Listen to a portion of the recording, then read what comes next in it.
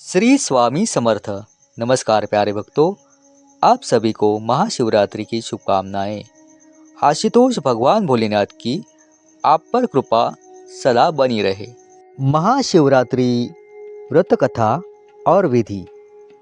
प्राचीन काल में एक जंगल में गुरुद्रोह नामक एक शिकारी रहता था। वह शिकारी जंगली जानवरों का शिकार करके अपने परिवार का भरण पोषण करता था।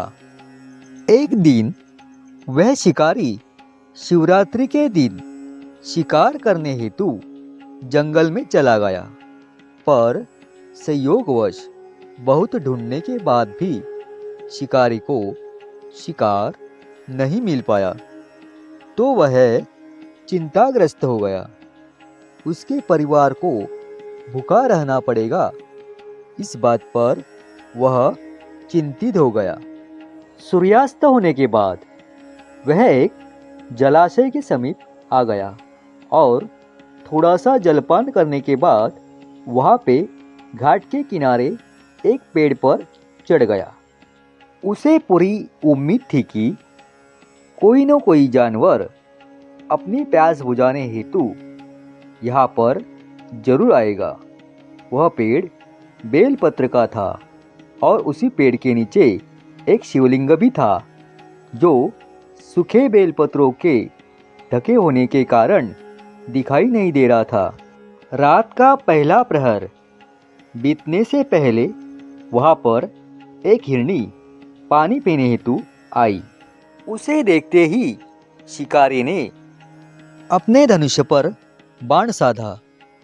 उसके ऐसा करने से उसके हाथ के धक्के से कुछ पत्ते और कुछ जल की बूंदें शिवलिंग पर जाकर गिरी। अनजाने में शिकारी की प्रथम प्रहर की शिव पूजा संपन्न हुई। हिरनी ने जब घबराकर ऊपर की तरफ देखा तो वह भयभीत हो गई और कांपते हुए स्वर में शिकारी से बोली, मुझे मत मारो। शिकारी ने कहा, मैं और मेरा परिवार भूखा है, इसलिए मैं तुम्हें नहीं छोड़ सकता। हिरनी ने वादा किया कि मैं अपने बच्चों को अपने स्वामी के पास सौंप कर लौट आऊंगी, तब तुम मेरा शिकार कर लेना। शिकारी को हिरनी के बात पर विश्वास नहीं हो रहा था। तब हिरनी ने फिर से शिकारी से यह कहते हुए भरोसा दिलवाया कि जैसे सत्य पर धरती टिकी है, समुद्र अपनी सीमाएं नहीं छोड़ता और जलधाराएं गिरा करती है, वैसे ही वह सच बोल रही है। क्रूर होने के बावजूद भी शिकारी को उस पर दया आ गई। जल्दी लौटकर आने का कहकर उसे उसने जाने दिया। उस हिरनी के जाने के बाद थोड़ी ही देर में एक हिरनी पानी पीने हेतु आई। शिकारी सावधान होकर तीर साधने लगा। उसके ऐसा करने से पहले की तरह कुछ जल की बूंदें और कुछ बेलपत्र शिवलिंग पर जा गिरे। अनजाने में शिकारी की दूसरे प्रहर की शिव पूजा संपन्न हुई। इस हिरनी ने भी शिकारी से भयभीत होकर जीवन दान की याचना की, लेकिन इसे अस्वीकार कर देने पर हिरनी ने फिर लौट आने का वचन देकर यह कहा कि उसे ज्ञात है कि जो वचन देकर भी पलट जाता है, उसका जीवन में संचित पुण्य नष्ट हो जाता है। शिकारी ने पहले की तरह इस हिरनी का भरोसा कर उसे भी जाने दिया। अब तो वह इसी चिंता में व्याकुल हो रहा था कि उनमें से कोई भी हिरनी लौटकर न आए तो उसके परिवार का क्या होगा। इतने में उसने जल की तरफ आते हुए एक हिरण को देखा। उसे देखते ही शिकारी बड़ा प्रसन्न हुआ। अब फिर से धनुष्य पर बाण चढ़ाने से उसके तीसरे प्रहर की पूजा संपन्न हुई। पत्तों की गिरने की आवाज से हिरण सावधान हो गया। उसने शिकारी से पूछा, तुम क्या चाहते हो? तो शिकारी ने कहा, अपने कुटुंब को भोजन देने हेतु मैं तुम्हारा शिकार करूंगा। वह हिरण प्रसन्न होकर कहने लगा, मैं धन्य हूँ, मेरा यह शरीर किसी के काम आएगा। परोपकार से मेरा जीवन सफल हो जाएगा। पर कृपा करके अभी मुझे जाने दो, ताकि मैं अपने बच्चों को उनकी माता को सौंपकर तथा उन्हें ढाढ़स बंधाकर यहाँ पर लौट आऊं। शिकारी का हृदय उसके पाप नष्ट हो जाने से अब तक शुद्ध हो गया था, इसलिए वह विनम्रतापूर्वक बोला, जो यहाँ आए सभी बातें बनाकर चले गए, अभी तक नहीं लौटे। तुम भी झूठ बोलकर चले जाओगे तो मेरे परिवार का क्या होगा?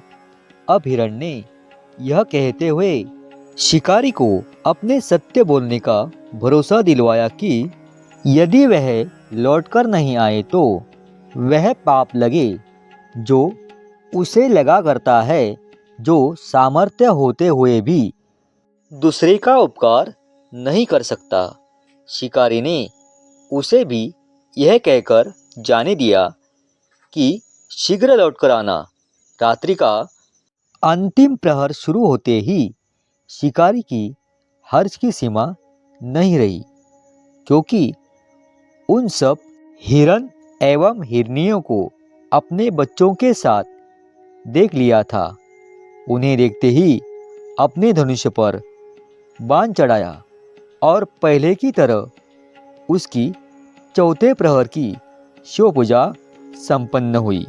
अब शिकारी की शिव कृपा से सारे पाप नष्ट हो गए थे, इसलिए वह सोचने लगा, ओह, ये पशु धन्य हैं जो ज्ञानहीन होकर भी अपने शरीर से परोपकार करना चाहते हैं।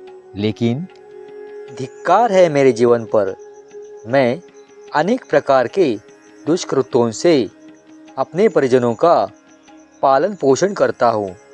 अब उसने अपने बाण को रोक लिया तथा मृगों से कहा, वे सब धन्य धन्य हैं, तथा उन्हें वापस जाने दिया।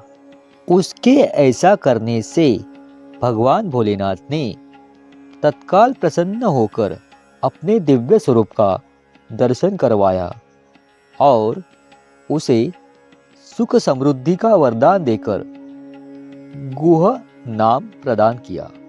यही वही गुह था जिसके साथ भगवान श्री राम ने मित्रता की थी। ओम नमः शिवाय। महाशिवरात्रि की पूजा विधि इस प्रकार है।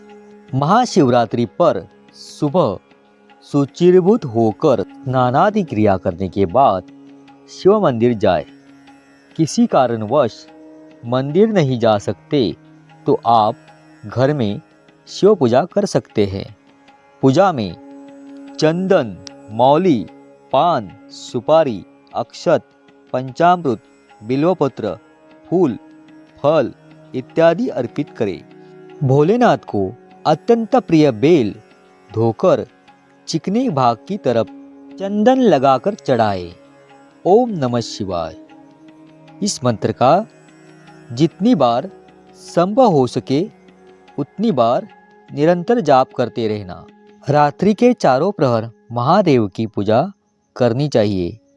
अभिषेक के जल में पहले प्रहर में दूध, दूसरे प्रहर में दही, तीसरे में घी और चौथे प्रहर में शहद शामिल करना चाहिए।